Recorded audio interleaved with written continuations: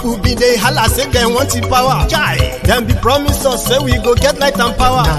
Them hustle sote they can't get the power. But now they know they do anything with the power. Every day dollar just they get the higher power over naira. Still them talk say make we off mind, but thank God say my ego don't come. So my people make you lie down, yo yo. My ego don't come, oh yo yo. My people make we shout, oh yo yo. My ego don't come, oh yo yo. My ego don't come, man of the masses, oh yo yo. My ego don't come, oh yo yo. My ego die the politico, oh yo yo. My ego don't come, oh yo yo.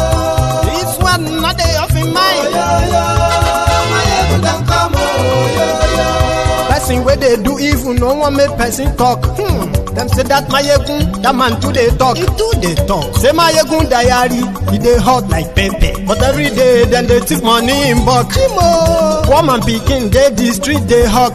Still them talk say make we no talk. But thank God say my yegun don't come. So my people make you laugh, oh yo yo. My yegun don't come, oh yo yo. My people make you shout, oh yo yo. My yegun don't come, oh yo yo. My yegun don't come, man of the masses, oh yo yo. My yegun don't come, oh yo yo. My yegun diary politico, oh yo yo. My yegun don't come, oh yo yo. This man not they off in mind.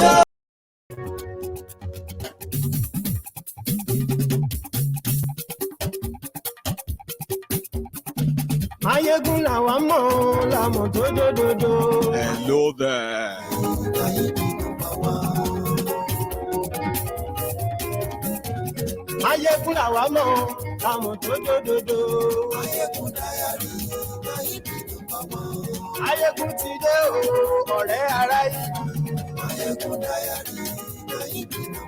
Congratulations, Arewa. My Arewa followers, my northern disciple members or brethren of the Temple of Truth. Even though if you like or you don't like me, I will still wish you a congratulations.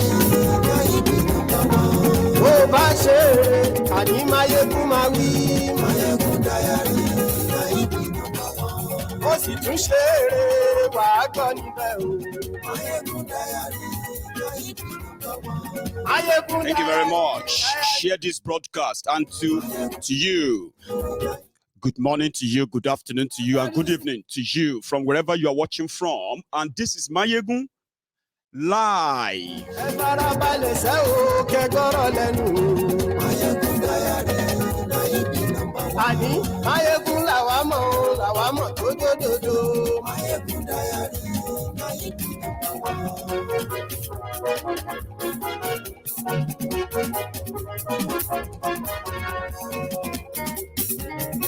Thank you.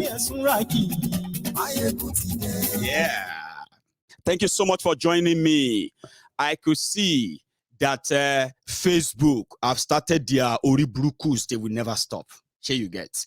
The bottom line is this. If you are watching me on Facebook right now, I advise that you should join us on YouTube. It is a little bit safer there, and you can share and even comment, not like on Facebook. So at some point, I am going to disconnect the Facebook Live on Mayegun's Diary Politico, as well as on Badero Lushola. So if you're watching me right now on either of them, get yourself down to Mayegun's Diary Politico on YouTube. I actually have a news for you if you're joining us there tonight.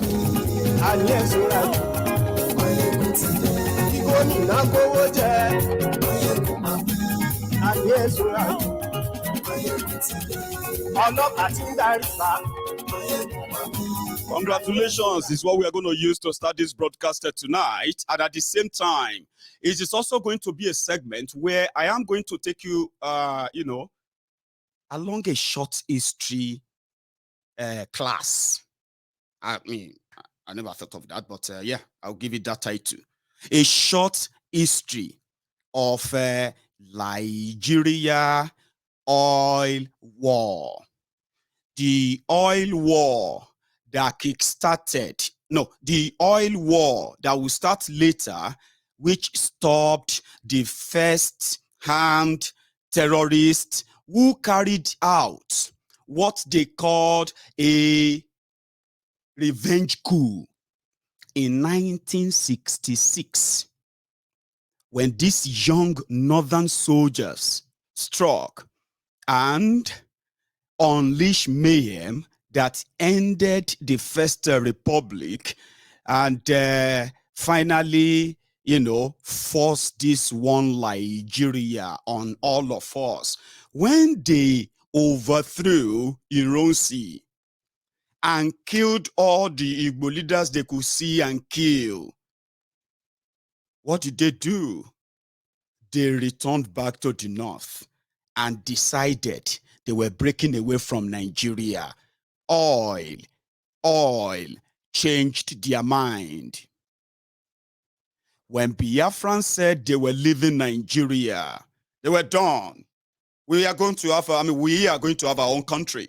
Biafra, Ojukwu, Gowon, they met in Aburi in Ghana, discussed all the gray areas of how Biafra would have to become autonomous region before they become a country, something that gives them total control over Biafra, giving Biafra land back to the Biafrans. Then Gowon agreed. They signed. They shared the cake. They shared drink. Everyone was happy. There would be no war.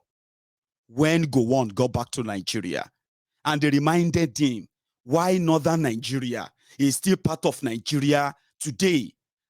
Why? Because of the oil. If Biafra goes, they will take the oil. What will be our own fate? What will be our future? Now that we know what we could become, now that we have the power to decide, to do and undo. So when Gowon met with them, he tore the agreements and started and prepared Nigeria for war against the eastern part of Nigeria. He tore the gentleman's agreement that could have prevented the death of over 6 million people in a space of 30 months or so, or 3 years rather, because of oil. Yeah? And immediately they managed, and mind you, when the war started, Biafra and the people of Biafra, they were on the best advantageous side position. Why? Because of the oil. There were countries who actually showed so much interest in supporting Biafra and doing all of that because of the oil. But do you know how the whole thing changed? Yes, the oil was there. Nigeria was no longer controlling the oil. Biafra owns the oil. But how do you get the oil out of Biafra land without passing through the waters, international waters, which Nigeria is part of? That became a total wrong business. Even British, they supported the Biafra from the ongo. They were so kind, they were pretending to be neutral. But when their companies are no longer able to take the oil out of Nigeria or out of Biafra, they switch side because of the oil. Ladies and gentlemen, today, the 22nd of November, 2022, Muhammadu Buhari has delivered an historic win to the people of northern Nigeria, the Arewas. Now you have the oil, and there are prospects that you're going to see more. Would you agree with me now that it is almost time, overdue, to change that narrative? Nigeria unity is non-negotiable. Now it will be negotiable. And you are going to lead the negotiation. Their actions, their inactions, the innocent blood spilled over time. Finally, you have the black gold. Once again, ladies and gentlemen, can you please share this broadcast and invite your friends and not so friendly friends as we get down into this tonight.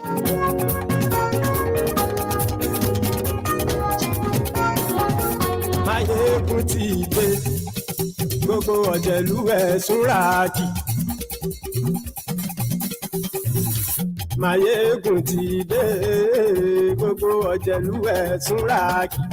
Ṣùgbọ́n ní bá ti ṣe èyí tó yẹ kí wọ́n ṣe, ọmọ bá dèrò ní fi wọ́n níran òun.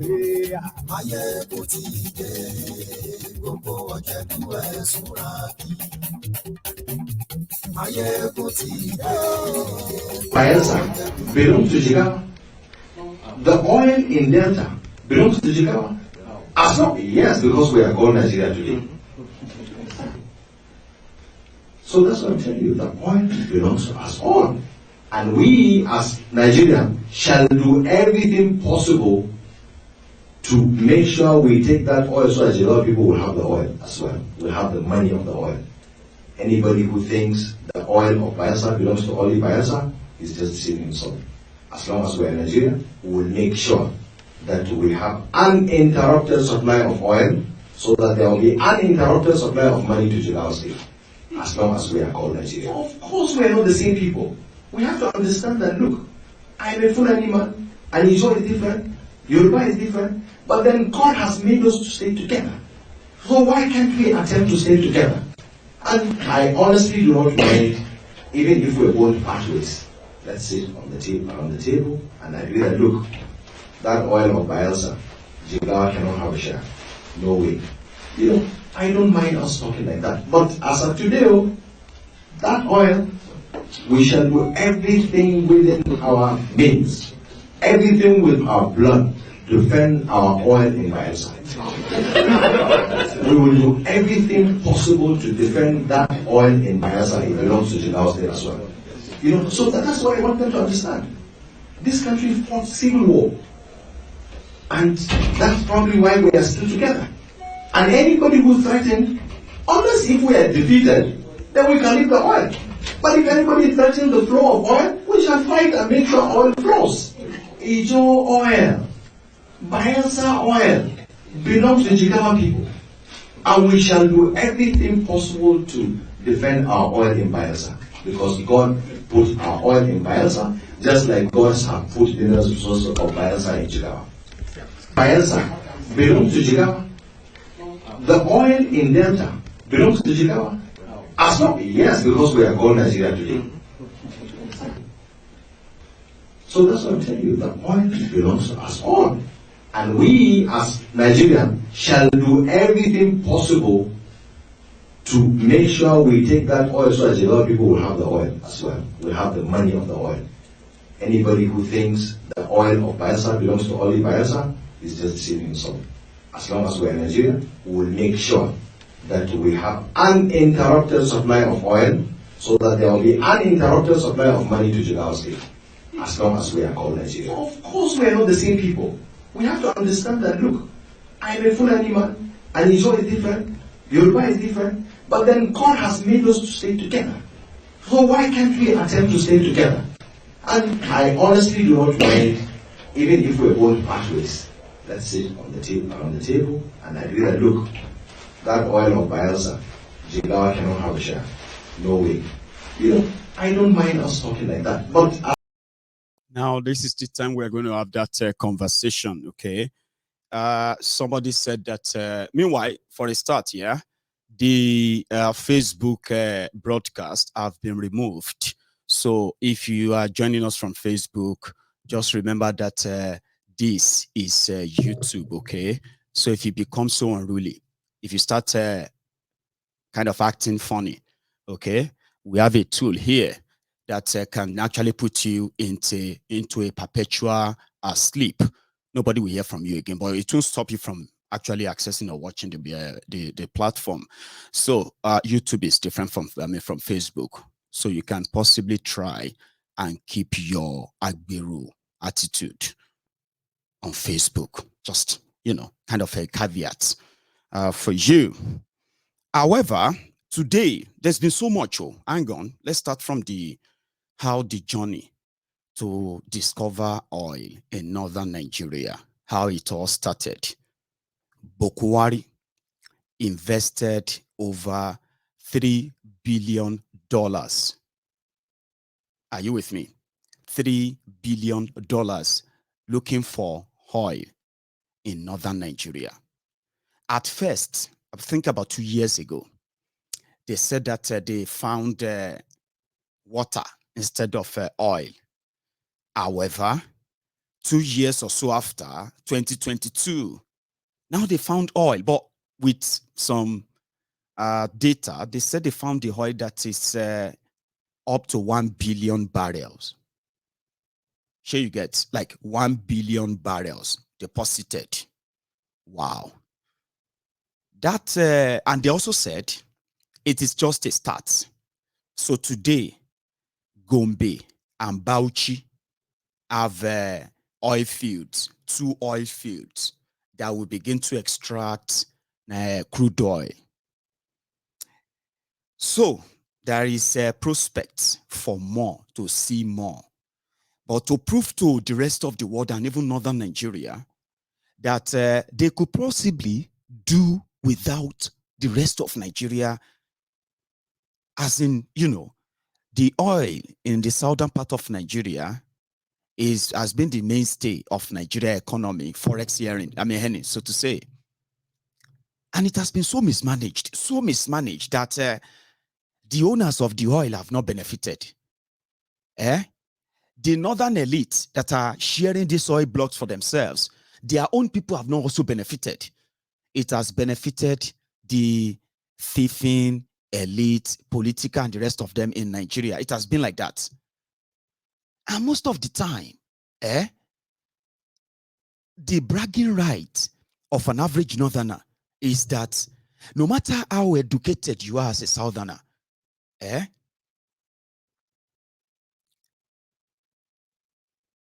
Thank you very much. One moment, by the way, I think we might have... okay, they said it's not the same place that actually looking before they found this one. Anyway, just, leave that aside. They said they found in Bauchi as well as Gombe. So, one of the bragging rights of an average northerner is that the owners of the oil, they can scream, they can shout, they can, you know what I mean? Yet they will never, ever be in control of it as long as Nigeria exists. And the other day, the governor of Zamfara was on, doing a press conference, world press conference, signing a deal with a Chinese company or a Chinese bank or something that they are going to be exporting their gold. Zamfara gold belongs to Zamfara.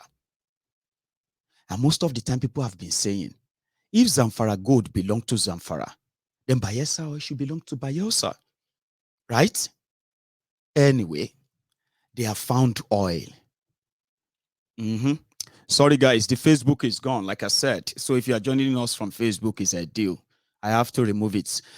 We had a lot of people joining. Then just within 5, 10, 15 seconds, right? The number started dropping and dropping so fast. And I know what that means, okay? Because 99% of those who are my followers on Facebook have been denied the opportunity of receiving notification that Mayegun is live. Those who receive the notification are not allowed to either share, like, or even comment, to the point that it is pointless when you can't do anything or react to, to what I mean. So they did that on purpose. But tonight, they deliberately kind of turned on their robots to cut everything down, which is all right. We'll be fine on YouTube. So we are just on YouTube now. Nowhere else. Okay, well, we are also on, I'm also on Twitter. If you're watching me live on Twitter, just look for @Mayegun's Diary as well. Well, anyway, if you are here, that means you are on the right platform where this is indeed still live. So they've discovered oil, which simply means even though oil is not the main reason why people are asking, right, for the imbalance, the fraudulent structure of Nigeria should be discussed, reviewed, and more reason why restructuring. Now, let's talk about that. You see, those who have sold the bubble of restructuring in the past, who have been so honest with what they wanted, the northern Nigeria that shut that down, they shut that down for one reason and one reason only, because of oil and the money from oil. Because in Nigeria, yeah, the federal government controlled by the northern Nigeria actually controls the sales of that oil. So whatever they tell you they sold is what they sold, right? Which simply means that when they are now declaring anything, and they have to like share the money among the 36 states of Nigeria. So that money is what more than 28 states in Nigeria relied on. They are unable to generate revenue locally. People have become more poorer and poorer. So therefore, they depend more on whatever is being shared at that center. Yeah. So in the last 7 years, Nigeria have lost so much to vandals, to thieves, oil thieves, in the last 7 years. And somehow, that itself is also kind of shrinking, which means that the revenue itself is shrinking. But nevertheless, majority of them still relied on it. So if you restructure Nigeria, what that simply means is you will stop that kill and go, kill and share attitude. Do you get that now? You will stop that. And restructuring Nigeria is not just about having your region or what have you. It is taking control of everything that is there in that your region to your own use and for your own benefit. There are so much all over Nigeria that the sweet oil money that the criminal politicians past and present have been so used to, have become so blind to them. So which simply means that single oil that has created so much corruption and bloodbath, and this underdevelopment, right, has blinded, or sort of to say, has created more underdevelopment in the areas that people could have discovered if there was no oil. So Eastern Nigeria, Western Nigeria, Northern Nigeria, they all have oil now. So I want to discuss restructuring. Maybe at this time, they can now feel like, well, it's balanced. In what ways? They have the land, vast land to grow every food or any kind of food they want, or rear any kind of animal they want. Now they have the oil that could indeed help them develop those things without having to share that with anyone, like everyone has been sharing them all this while. And a restructured Nigeria simply means there will be no free money anymore from anywhere. You have to kill what you eat. You have to grow what you eat. You have to live within your means. Because others at the time, others have oil. They don't. That would be like unfair to them for you, Southern Nigeria, to go away with all of that. So if there's anything like Bokwari has done in the last 7 years to show to all of us where we belong, that there is no one Nigeria. What you have is many Nigerias. And we know that has always been the case, but he managed to make that official for us. So to many of you who have clinged on to this fraud, one Nigeria, Bokwari has managed to give us the timeline that we are all living on a borrowed time, a forced union of people who don't really want to be with themselves. The expiring date of that is coming to be, and good enough. This is happening a little bit in the lifetime of those who were the foundational member of this ruin that we are experiencing today. Now, let me make it clearer, better to you.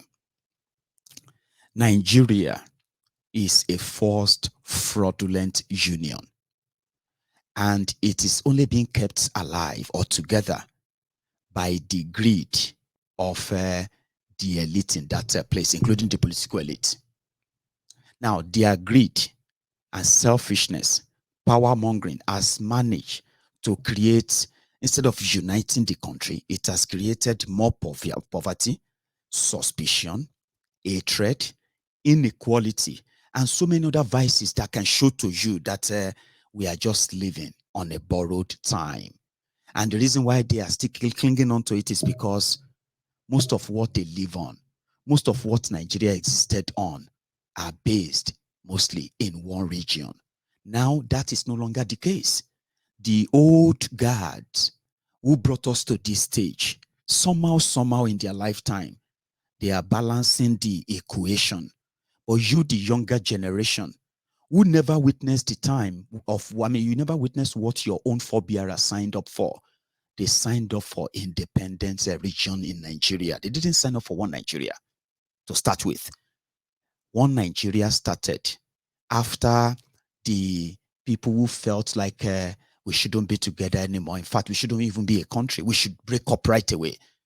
The revenge coupists, which Bokwari was one of them, right?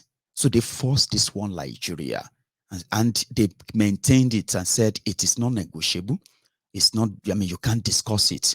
Now, you, the younger generation, in your lifetime, they are now making you see why you must discuss it, why you must demand it. And now, if indeed you care, if I care, if you care at this time, you can see the picture clearer now. Some said that what they found in northern Nigeria is just a fluke. I would have agreed with you, but it won't do us any good in this conversation. Yeah, it won't. The reason is this. In Yoruba land, there is a saying that a child that followed his father to the farm. So they were working on the farm, and he told his father, I just found a snail. And his father said, wow, keep it. When we get back home, you will use it to pay sacrifice to your creator. Child kept the snail. Well, the father believed that the child kept his snail. And it wasn't long after that, he screamed again, I found another one, a big one. Then his father responded, your creator, your Ori, must really be behind you. Right? Keep the bigger snail. We will use it as a sacrifice, to your own creator. Now, when they go home, later in the night, the father called the child. My son, come here. Can you please bring out the snails you found when we were on the farm earlier today? And the child laughed and he said, my father, I was actually playing with you. I was just fooling you that I found snails. I didn't find any snail. The father looked at the child and said, well, you didn't fool me. You fooled your creator. So that narrative is what I'm going to use to say, let's leave that, what do you call it? Conspiracy theory out of it now. Let's follow their own trail. They found oil and they have prospect to find more. They have food.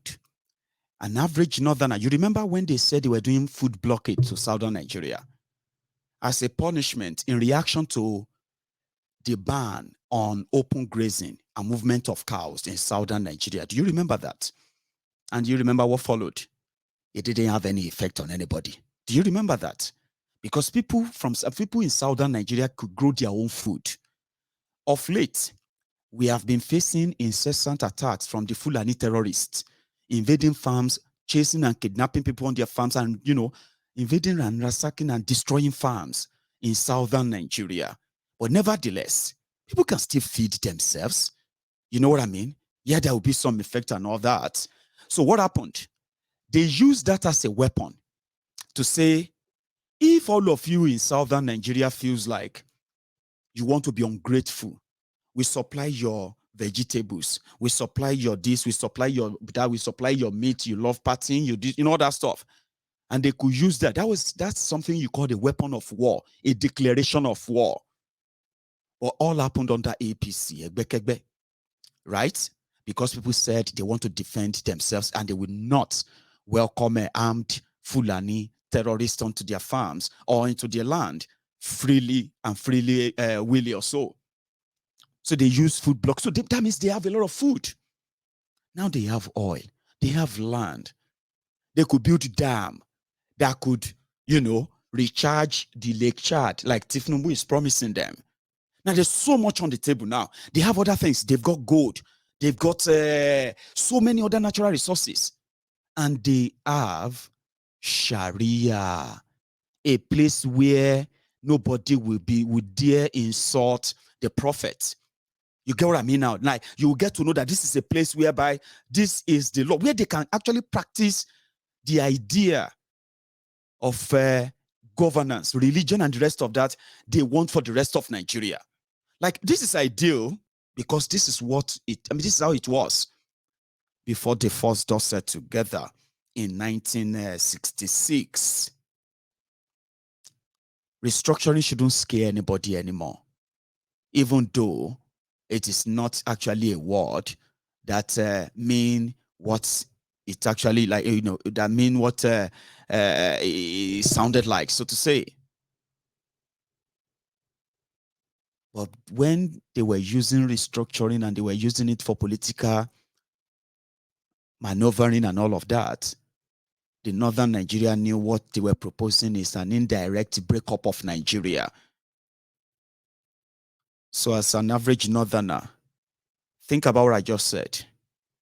Arewa has oil. Bokwari said you have oil. And we believe you found oil. And we also believe you're going to find more. You're going to see more of this. This is just the beginning. Now, the reason why Biafra, IPOB, is giving you sleepless nights than what the Fulani terrorist Boko Haram are doing to you up north. The reason why you find the IPOB Nnamdi Kanu are so scary is simply because your leaders have nothing they are going to live on. Like they are living off Nigeria right now. They will have nothing to fall back on. Majority of them will fail your Sharia law. Do you understand?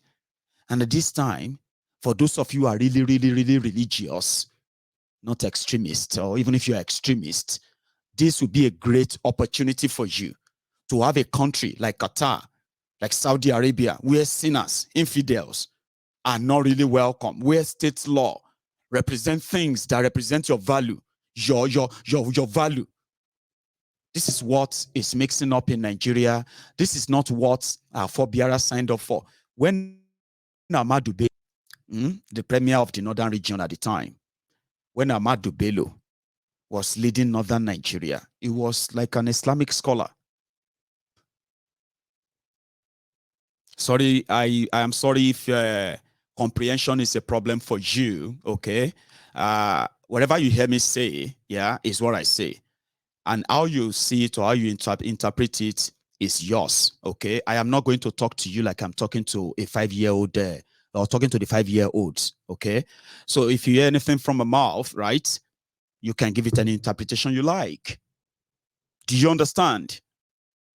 Better. So, looking at it as a northerner, it is more like, if it is not selfishness, right, this could be a golden opportunity, indeed, to experience what your forebearers actually signed up for before the terrorists in uniform disrupted everything in 1966. Now, all the hatred, the reason why you feel like you have to be so careful as a northerner right now, to be careful of a southerner from any part of the south, like to be careful of a Biafran, is because the criminals who interrupted and disrupted the regional system that would have made it kind of a worryless thing for you, that anybody from any region is trying to take over any part of your land or anything of your life, because you have a total control. That was what your forebearers signed up for. And that was what the Buhari and co disrupted in 1966. And you as a Southerner, here we go. One of the things that we have suffered as a people, are you with me? One of the things we have suffered as a people from Southern Nigeria, especially young people, is that they have removed history from our own curriculum. In Nigeria, you don't have them. Now I heard that some Yoruba states are beginning to reintroduce history back into your schools. The doctored history. Nevertheless, I am opportuned to live in between when things began degenerating to when they actually got worse.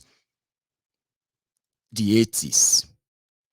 And as Southerners, as Yorubas, in fact, as Yorubas, we used to read about how the First Republic of a Western region legislated on things that were primarily concerning, and like I say primarily, touching our different lives, and the derivatives from this, or let me say the source of sponsoring and promoting such policies came from what we have, our resources, the people, and the natural resources of the Yoruba land.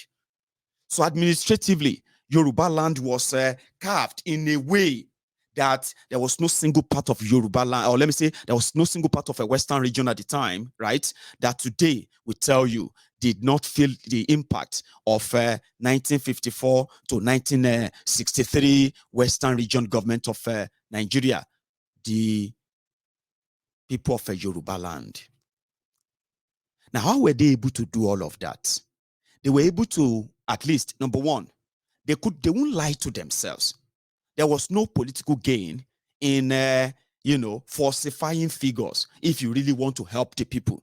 And if you really want to help the people, there is no anything called state secrecy, that something that has to do with their life, direct life, education, healthcare, agriculture, land ownership, house ownership, and so on and so forth.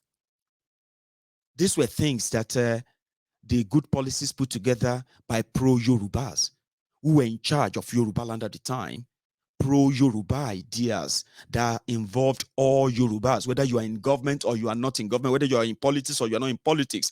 It touches everywhere where you knew then that you could be any. But today, what you have is a rent-seeking system whereby falsify figures and at the same time, the reliance on the free money that Nigeria represents, as long as we are no longer allowed to even access or tap both human and natural resources. Because if you want to use the human resources, you must have the natural resources as well to keep them functional.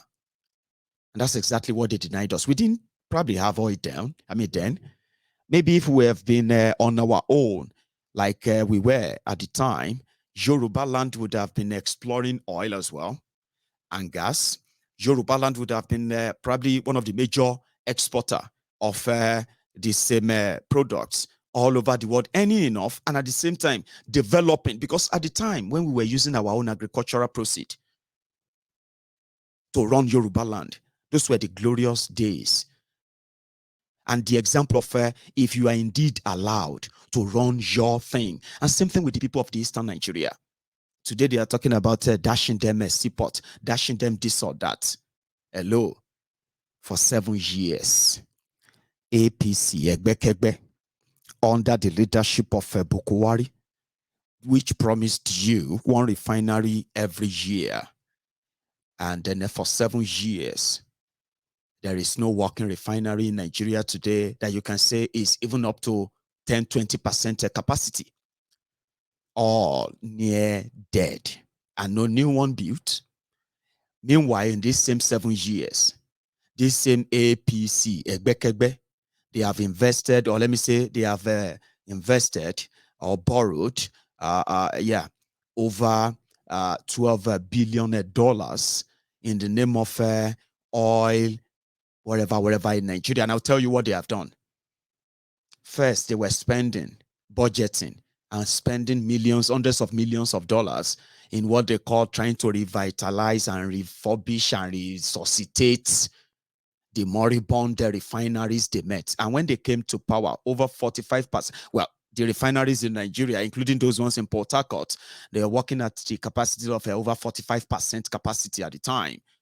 Guess what today? Like I said, I don't think any of them is working all of them put together. I don't think they are working up to 20% capacity. They killed them.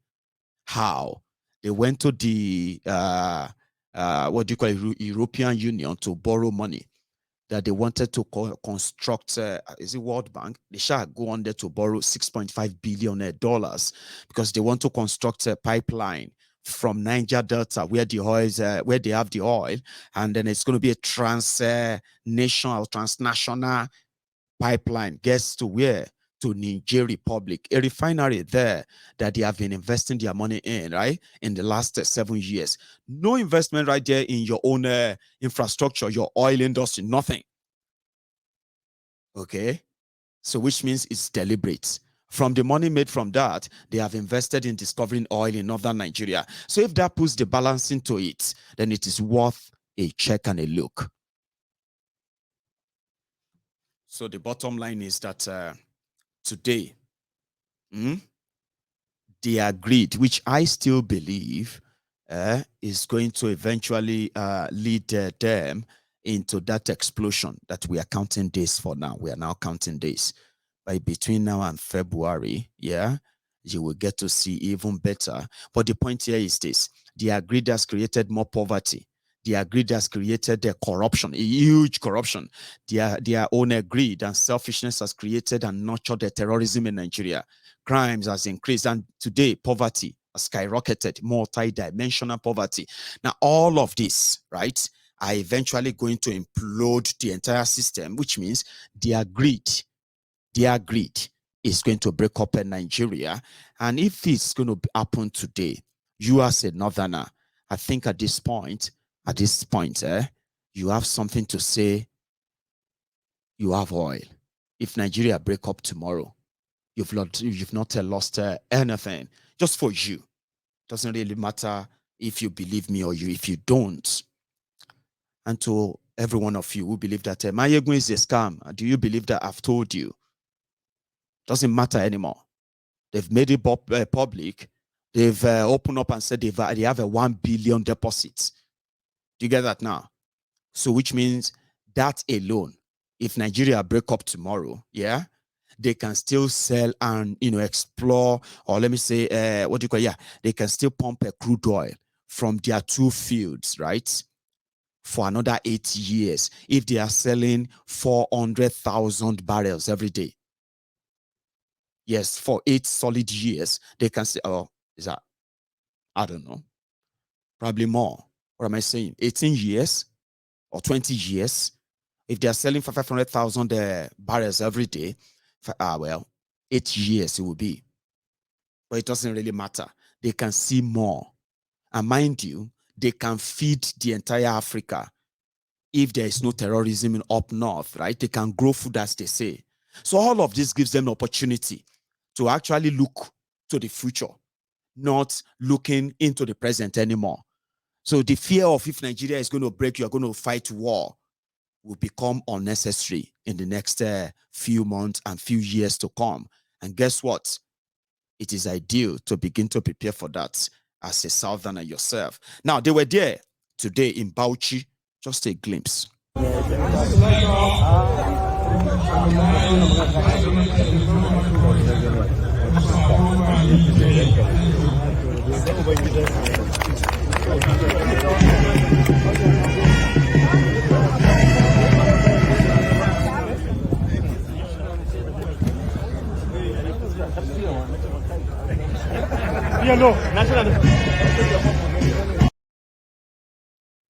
So that's that. You have oil. The way where you find 1 billion, you may find another 1 trillion cubic deposit of oil and gas. So if it is about development and all of that, if everybody controls their own regions and their own resources and everything, now you have enough to say, to hell with Nigeria now. You've said that many times. Some of you have said that already. But it's just that none of you actually mean that. Now you can begin to look into that. Like, they are going to use a lot of money from Nigeria to develop it for you. Because you know one of the things they did, right? For the past 6 years, they built a refinery in Kaduna. Between Kaduna and Bayelsa, or Kaduna and then Omoku in Rivers, or Kaduna to Ondo. We are talking about thousands of kilometers of driving. Sure you get. But they built a refinery there. So they will now have to get the oil from Bayelsa, take it to Kaduna. So they already built a refinery. They are paying people over 200 billion a year salary in that Kaduna refinery. And they have never produced a single oil. So now they have the oil in Gombe and Bauchi. So the distance between Gombe and Bauchi, I don't think Gombe and Bauchi and then Bauchi to Kaduna. I don't think that would be too far compared to Kaduna to Warri, or Kaduna to Oloibiri, or Kaduna to Rivers, or Kaduna to Akwa Ibom. Do you understand? So economically, the northern Nigeria now have their future in their hands. They can now take their eyes away from that free money, the oil. And this is the time that you can tell your leaders and everybody and say, if Nigeria wants to break now, let's begin the negotiation. Let's start it now. I know you probably won't agree with me, but it doesn't really matter. It will remain in your head that it actually makes sense. It does make sense. Anyway, Kolu was there to say, when he become your president, no be only oil you go get. He's going to build you dam. Even though you are hungry, Buhari is the greatest leader that you've ever had. It belongs to the category of... Each time we discuss the lack of food and the challenges of terrorism, you will talk about Lake Chad. Okay, let me assure you, if I am elected the president, I will recharge Lake Chad.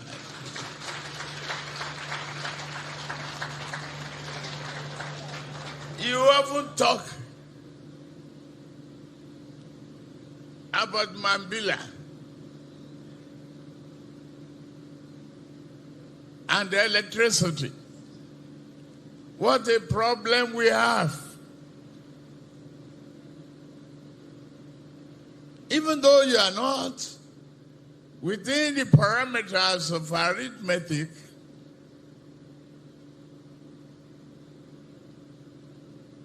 you know a circle is a circle. And once drawn, you have to break it in different ways.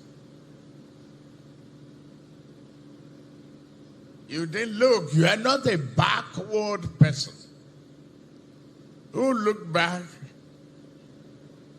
at the history of disappointment and failures. You are always forward looking.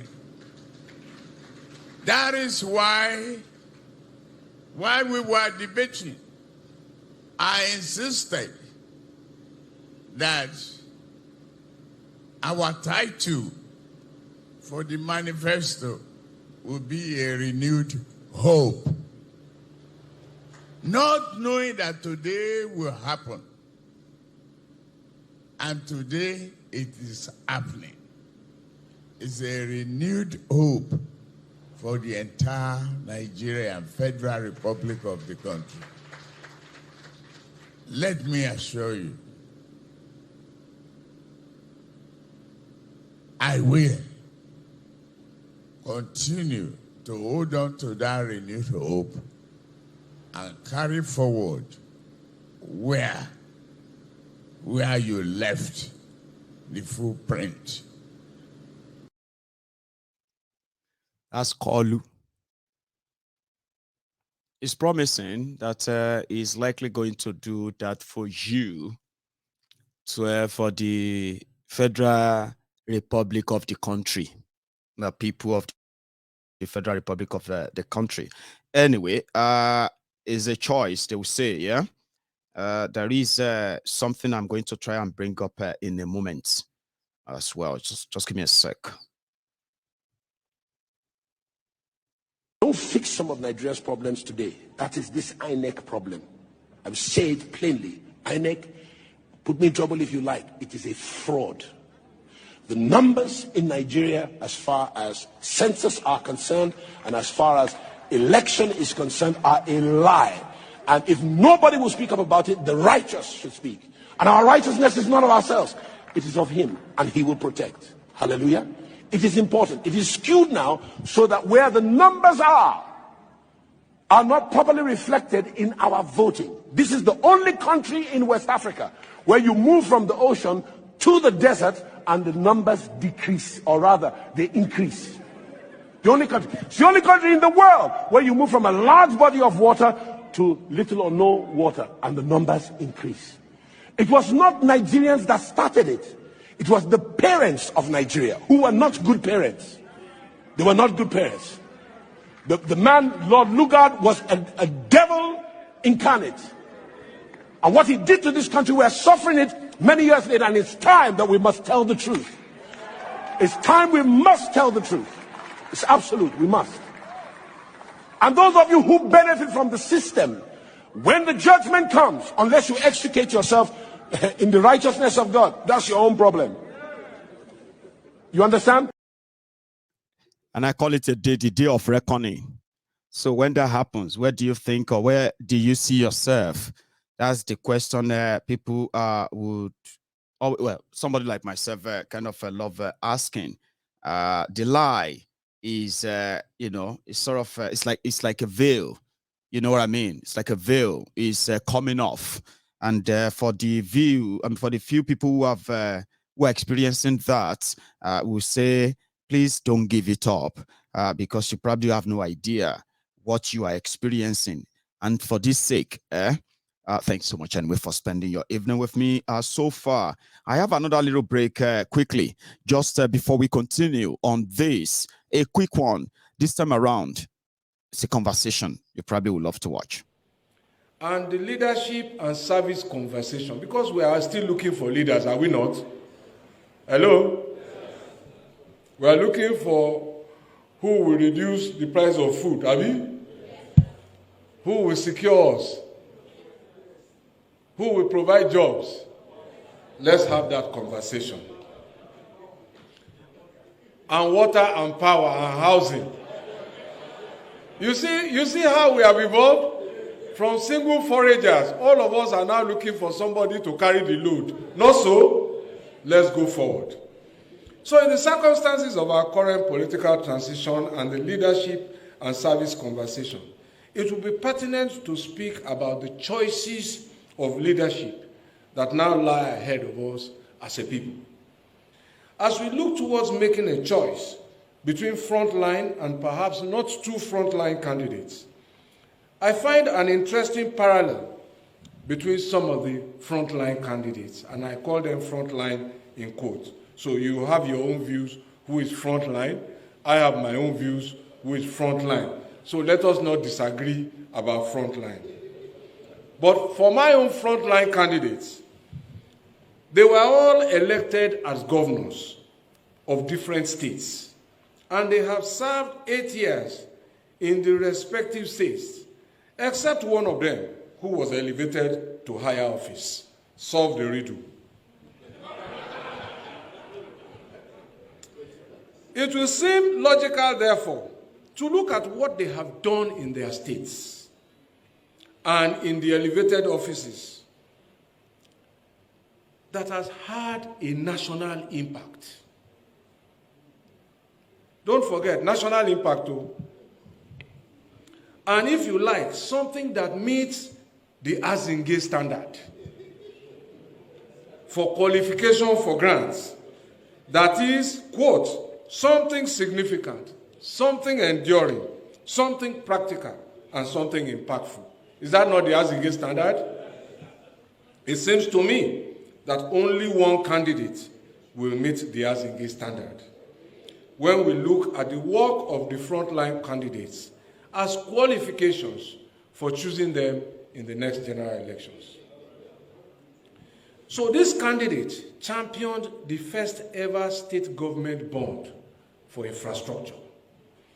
This candidate was the first to enact a state internal revenue service agency law to boost internal revenue generation, which many states have now adopted and applied.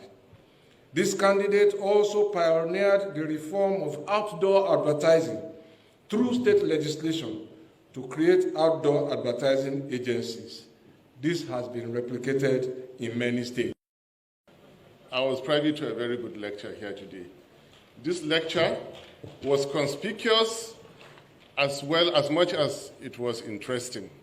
We heard about the bridges, the 52% reduction in time. However, it is so interesting that we didn't hear about the 8 months ASU strike.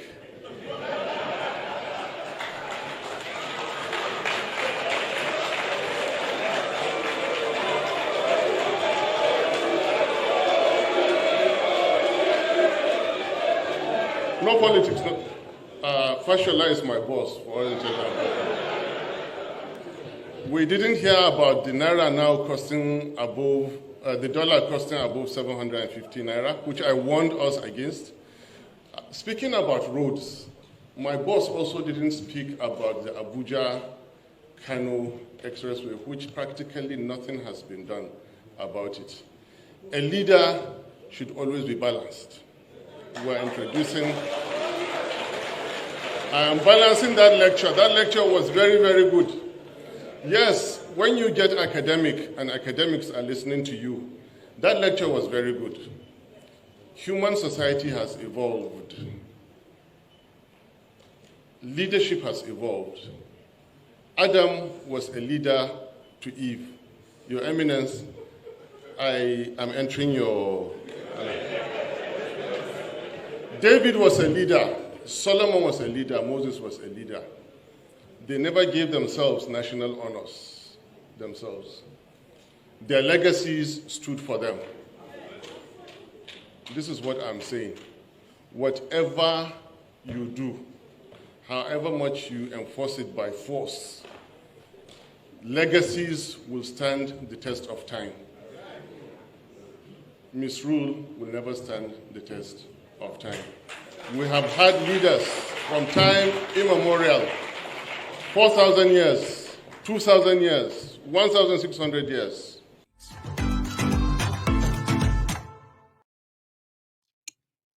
So I decided to just drop that in as an interval, moving away from the oil in Bauchi and Gombe, as we continue to monitor what they're going to say after this and who is going to own it, and if it's business as usual, and how the younger, well, I think I'm thinking too far. It's like I'm thinking too far for them. And at the same time, I should just use the normal shortcuts. We shall see. However, as you watch me tonight, okay, I gave you the background history of why they're still keeping Nigeria one. They are not keeping Nigeria together because of you. They don't care about your safety or security. They don't care about your children's education or even you getting employment. They don't give a damn. Okay? People who want to develop people. You will see the prospect, you will see the template, you will see not just the intention. But if they do it and they ended up having to reward themselves and channel the proceeds of that to themselves than you, then you understand me better. But time, like they say, we tell. So normally, everyone or every part of Nigeria, I believe, have what it takes to exist as a country. The other night, we were looking at the population, like we know, not that we can really rely on these numbers, but let's use them for this conversation, yeah? You have 7 million or so people in Bauchi. That's more than the population of some countries in this world. Countries where many of us are queuing to get their visa. We don't even speak their languages and all that. And then if you look around you, you see that they have what it takes to exist. If you remove all the cankerworms, the scavengers, the opportunists that exist in their everyday life, they call them leaders. We call them thieves. So the opportunity is there. So you as an average northerner can easily ask and question what you have been told before. Now you know that if a conversation says for the development of other people, right, for everybody to do their own thing their way, is not a crime against the North. The criminal politicians who told you that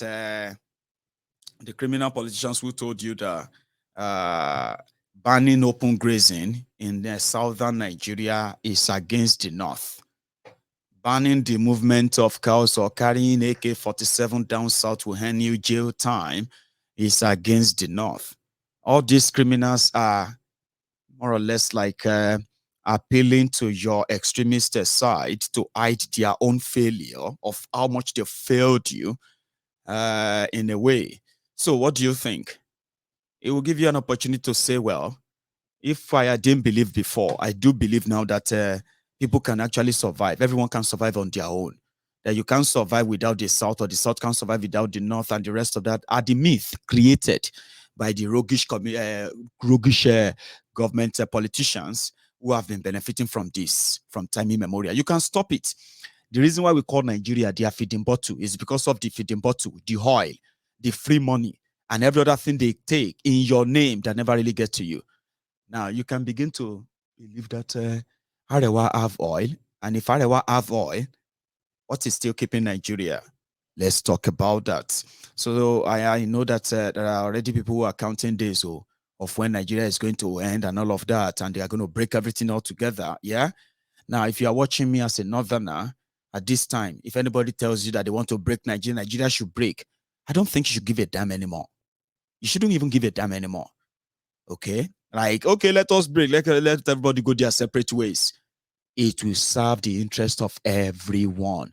But if your leader says no, then you know they are your enemies too. However, I was scouting my social media as usual earlier, and then I caught a show having a chat just before I take you to my next one. Yeah, which is, in fact, I think we should start from there. I don't know how many of you have seen this video of Werewike today. The credit of it goes to the channel's television as well, okay? However, I'll play it so that you listen to it first. Something that they haven't really shared publicly before, but most of us have spoken about that.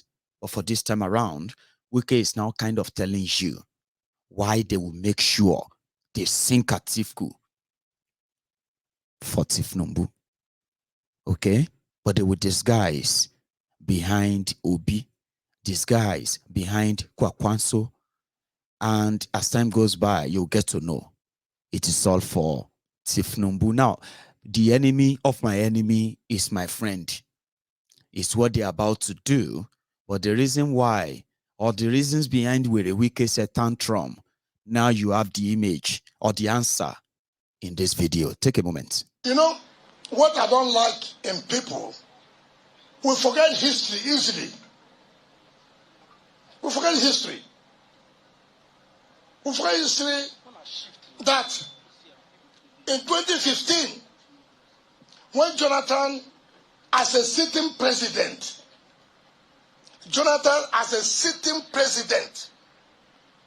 I'm not talking as a Cuba, as a presidential candidate. I'm saying as a sitting president. When he had won his primaries, people forget history.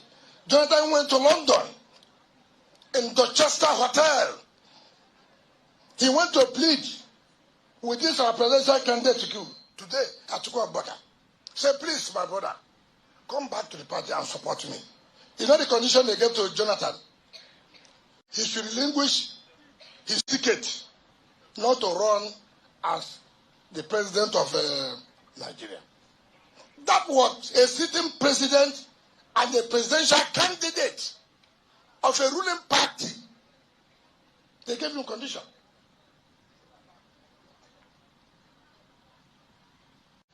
Telling him to relinquish that ticket for him not to run. So when I see some people running around talking rubbish, they forget history easily. Today, we are not saying the presidential candidate should relinquish the ticket. We are not being selfish. We are saying since you are not the presidential candidate, let our people take chairmanship. They said they will kill me. Is it possible?